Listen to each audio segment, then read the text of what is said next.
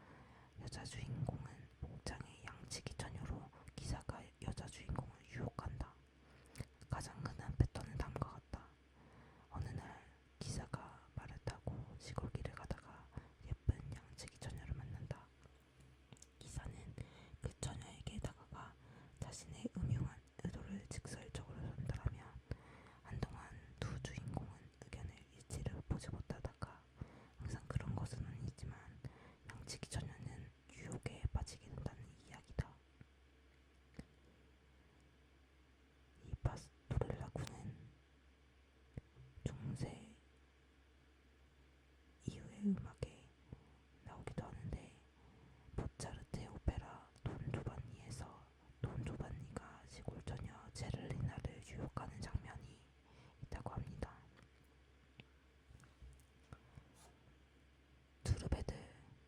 투르베르에 대해서 얘기해 볼게요.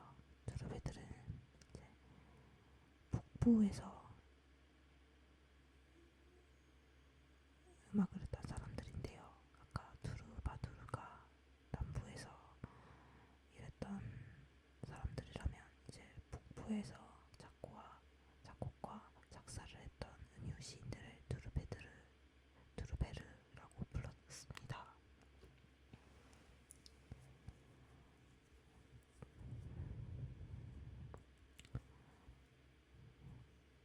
투르베르의 고유의 노래 유형 중에 중요한 것으로 이야기 노래, 그걸 라틴어로 하면 프랑스어인가 샹송드 히스토레가 있습니다. 프랑스어로 하면 샹송드 히스토레라고 있습니다. 자, 이 이야기 노래라는 장르는 뜻 그대로 이야기를 들려주는 것으로 중간중간에 대화 부분이 나오며, 그 줄거리 역시 어느 정도 정해져 있습니다. 보통 한 여인이 방 안에서 바느질을 하고 있는 장면으로 시작해서, 그 여인은 자신의 사랑하는 님이 멀리 떨어져 있음을 한탄하고 있어요. 그녀는 애인이 극적으로 나타나 그게 즐거워하기도 하지만, 어떤 경우에는 애인이 죽었다고 하는 그 소식을 듣기도 합니다.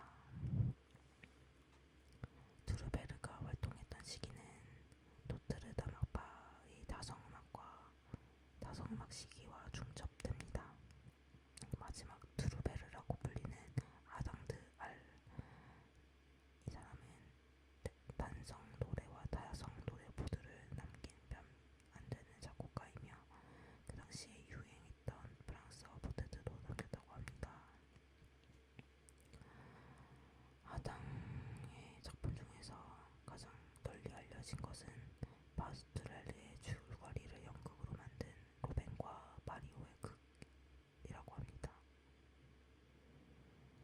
프랑스를 제외한 다른 지역에서도 그들의 언어를 사용한 노래들이 만들어졌습니다. 그 중에서 가장 중요한 지역은 독일 지방으로 12세기 발경부터 중세 독일어를 사용한 노래들이 작곡되었는데요. 독일 지방의 노래 작가들은 민네징어라고 불리었고, 이들의 노래는 사랑이 주된 노래를 이루지만 프랑스의 단성 노래보다 좀 더 중교적인 심각성이 가미되었습니다. 민네징어의 노래도 역시 그 가사의 내용에 따라 구분되는데, 거의 모든 유형의 프랑스의 노래로부터 영향을 받은 것으로 보입니다. 예를 들면 트루바두르의 알바는 다게리트라는 민네징어의 유형에서 찾을 수 있고, 간조는 민네리트에 의해서 독일화되었습니다. 독일 지방에서는 그 어느 곳보다도 단성음악의 전통이 유지되어서 민네징어의 목회자인 마이스터징어에 의해서 16세기까지 지속되었다고 합니다. 민네징어들은 하나의 악절 전체를 다른 가사로 반복하고, 새로운 악구와 가사를 노래하는, 말하자면 AAB 형식을 즐겨 사용했습니다. 이 형식을 바르 형식이라고 하며, 독일 노래뿐만 아니라 프랑스 음유 시인의 노래에도 종종 사용되었다고 합니다.